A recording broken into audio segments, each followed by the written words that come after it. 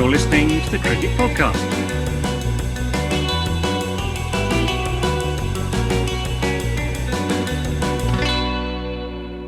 Welcome back to the Cricket Podcast. Just a reminder that you can find us on Twitter at the Cricket Pod, on all podcast platforms and on YouTube.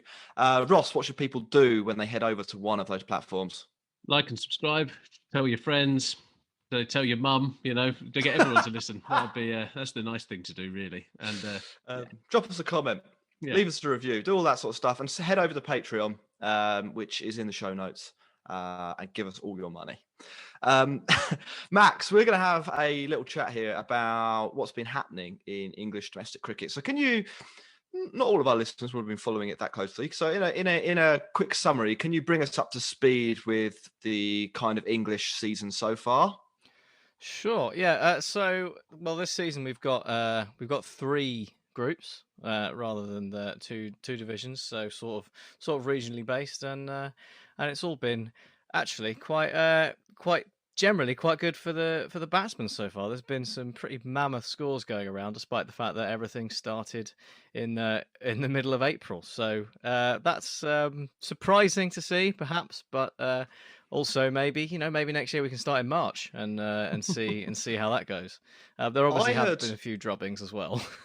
Yeah, I heard somebody say that the reason there have been some high scores is it's actually been too cold for the ball to swing. Right. So that's a new excuse. I'm still not sure how the physics works behind the ball swinging, but yeah, that seems like a logical thing. Anyway, we were in this bit of the show. We were going to talk about some of the players that have been having a bit of an impact. We're not going to do a full roundup of games and scores and so on because the BBC Sport website exists, and you can head over to there. So, Max, how do you want to do this? We'll frame the context of what we're going to talk about. So, I guess the overall point is, England are playing New Zealand soon in a two-test series, and originally it was looking like quite a few of the mainstays of the England Test team were going to be still seeing out the tail end of the IPL as that began, opening up a few opportunities in the squad for some of those who have been, I guess, on the fringes of the England squad but not yet got the opportunity to make a name for themselves. And it looks like that's probably still going to be the case because despite the fact that now there may be options for those aforementioned IPL players to come in and take their place, Ashley Giles has himself said that there'll probably be a few new faces around. So I think basically it was the idea was to frame some of the individual performances in the county championship, look at some of the names that people might have thought would be relevant to the squad beforehand, and see how they've been getting on. So we actually had a question through on Twitter on more or less this topic, and that question was: will James Vince be back in the side, Max? Will James Vince be back in the side? Maybe he'll be back in for his bowling. When he unfortunately played Surrey and they scored all the runs in the world, he had to actually bowl quite a few overs. So maybe he could be an all-rounder option. He did take an ODI wicket last summer. Yes, he did as well, didn't Andy he? Balbirnie, his little the Irish captain. plodders. So and Ben Stokes is injured, isn't he? And Ben Stokes is unavailable. So there is a berth. There is a berth available, and it does really redress the balance of the England squad. Not having Ben Stokes is a problem, isn't it? Like that's a lot of overs and a top class batsman that you're missing out on. So 100% space. Well, on a slightly more serious note, Max, what's the first name you're going to bring to the table? Well, we'll start with the batting because that's probably where the most options are available. Because obviously Anderson and Broad don't play in the IPL, and they're pretty much shoo-ins. They've proven time and time again that they will be England's best bowlers until the ripe old age of 48, I suspect. So the first name on my list is James Bracey. He's been mooted as a potential player for England for a little while, and he could be in as a wicketkeeper if it wasn't for the fact that there are a billion of them in England. He's led Gloucestershire to the top of Group 2 this year with a score of 113 against Somerset and a handful of 50s at number 3. So I think he's got a good chance from what I've seen, because he's been consistently pretty good. I think that's probably a bit of an understatement in the domestic game. Probably unlucky not to have actually got a chance despite being around the team for a while. And there is the added factor of Dom Sibley having fractured a finger and not played yet this season, and I don't think he will have played by the time the squads are actually announced. So there is a possibility that we might see Zach Crawley moving back up to open and opening a berth at number 3 for James Bracey to come in, where he's been quite successful for Gloucestershire. Nakul, have you had a chance to catch any of James Bracey's cricket? And I think sort of to follow on from that point, how secure are players like Zach Crawley, Burns and Sibley at the top of the England order if he were to continue his good start to the season? I think all things being equal, that would be England's top 3 if everyone was available and fit, would be Burns and Sibley opening and Crawley at 3. But that injury does open a hole. England don't get many opportunities to look at new players in that sense. This isn't part of the World Test Championship. That cycle is finished. Then they're not in the final. Then the India series is the start of the new cycle, and you don't really. I was reading some analysis that says if you want to have a player succeed on a tour, particularly in the Ashes, looking ahead to that, which obviously is dominating a lot of people's thinking, you do want to have blooded them a little bit beforehand, and the more experience you can get into them, the better.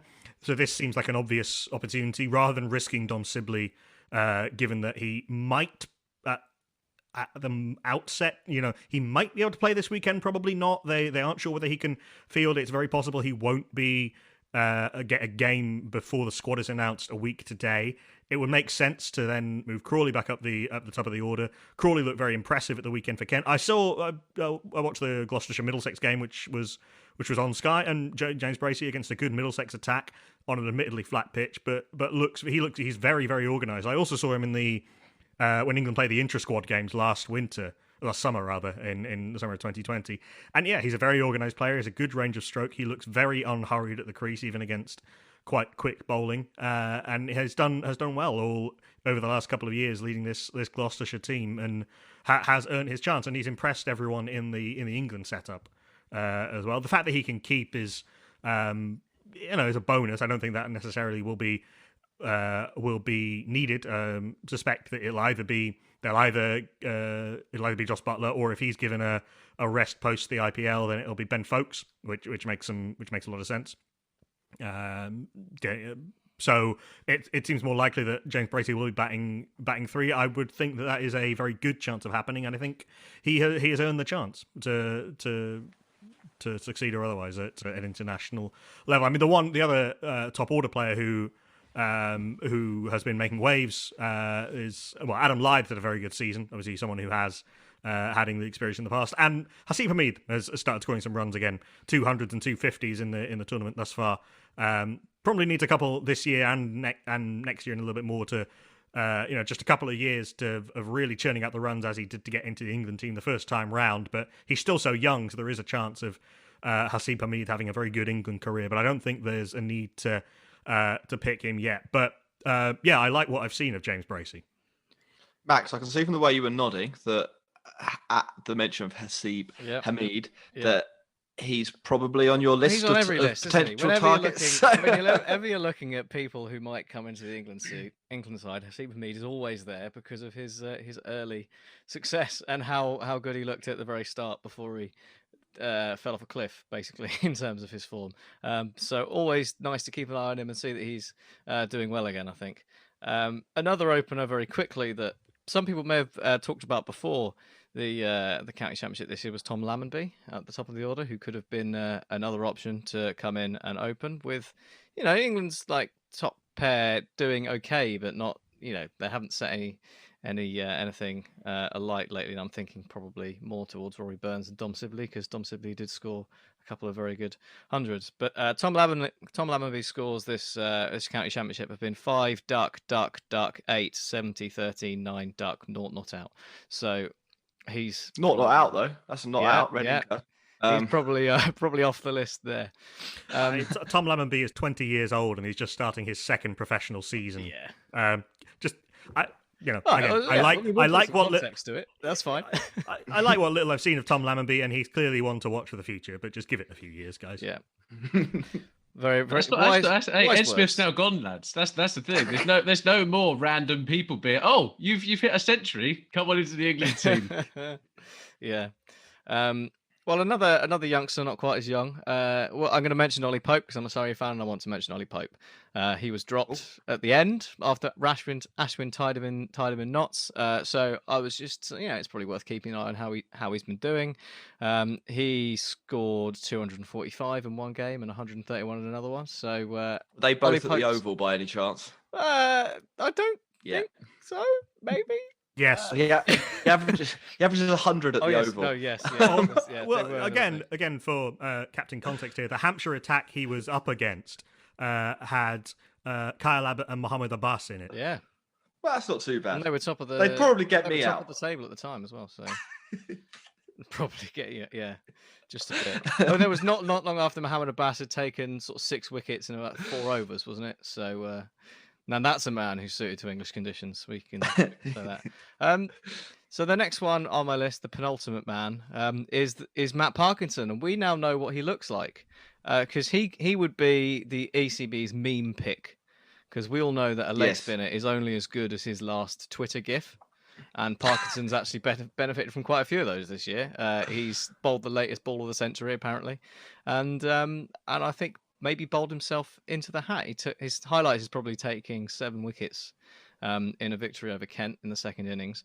But I think aside from that, actually, his economy rates have been quite impressive. And one thing that we often see from English leg spinners is that they look fancy, but they'll bowl a 4-ball and over, and that is where you lose all control from your spinner, and it doesn't go well. But he's been consistently keeping things tight this year, and maybe finally a chance for Matt Parkinson.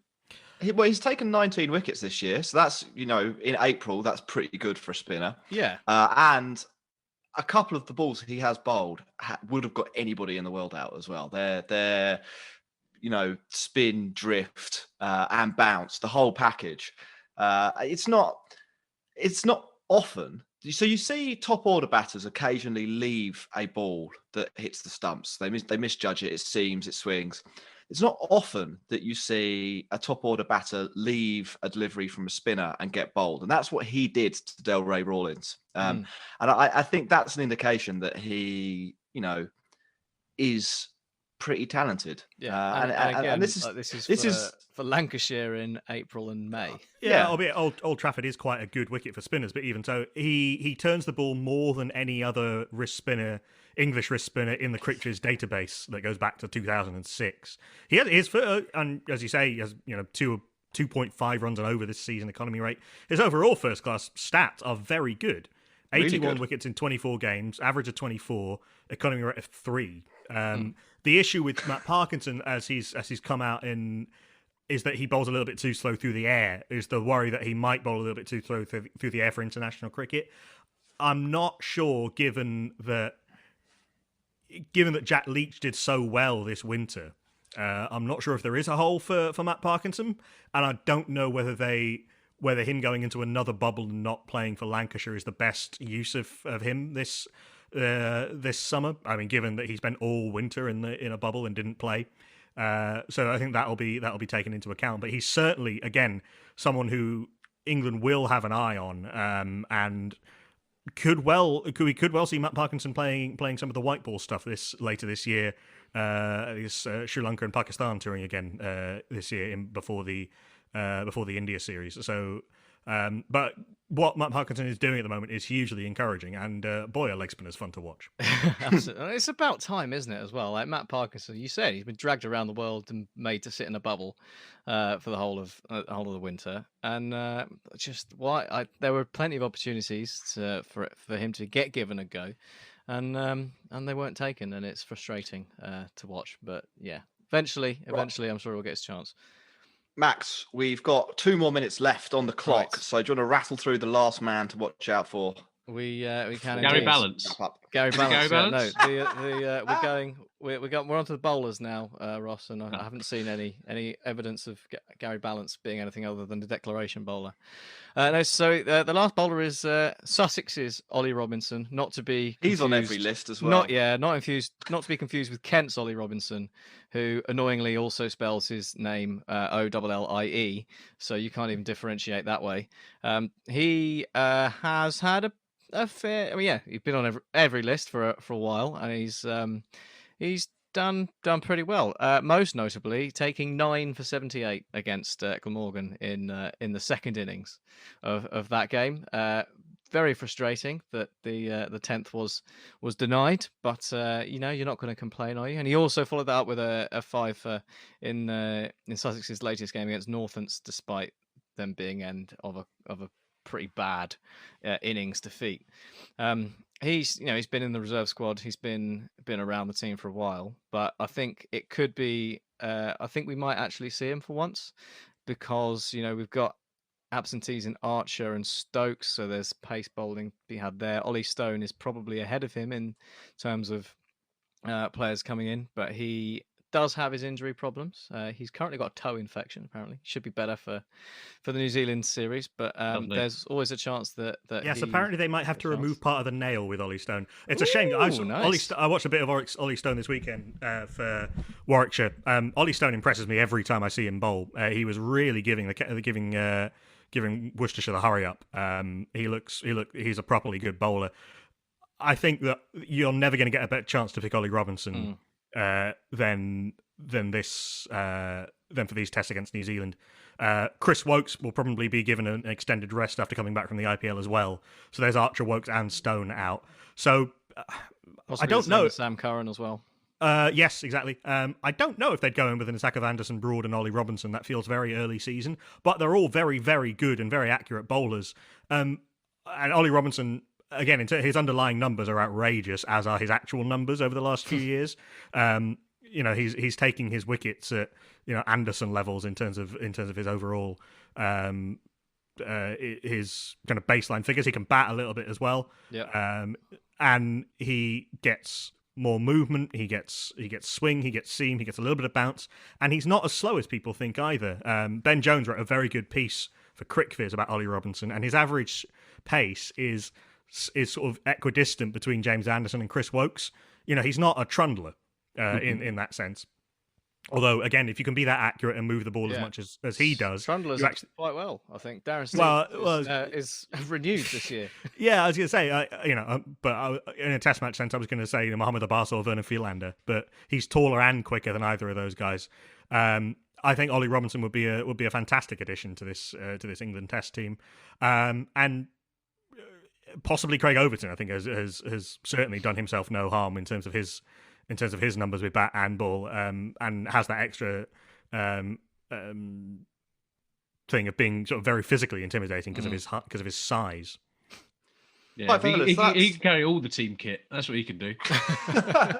Right, fellas, that's probably it for this week's episode. Nakul, thank you for joining us. Do you want to quickly let people know where they can find you?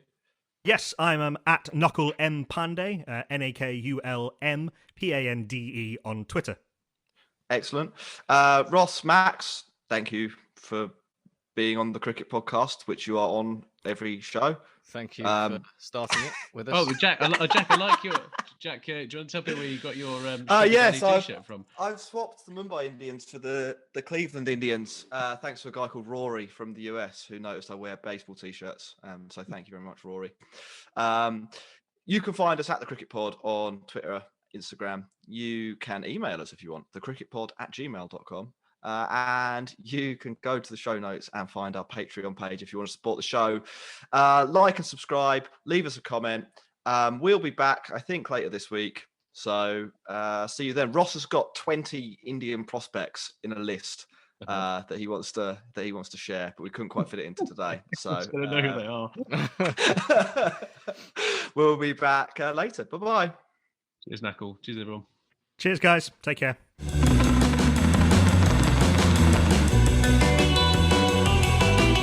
You're listening to the Cricket Podcast. I think it was a disgraceful performance, and I think it should never be permitted to happen again. That is very good.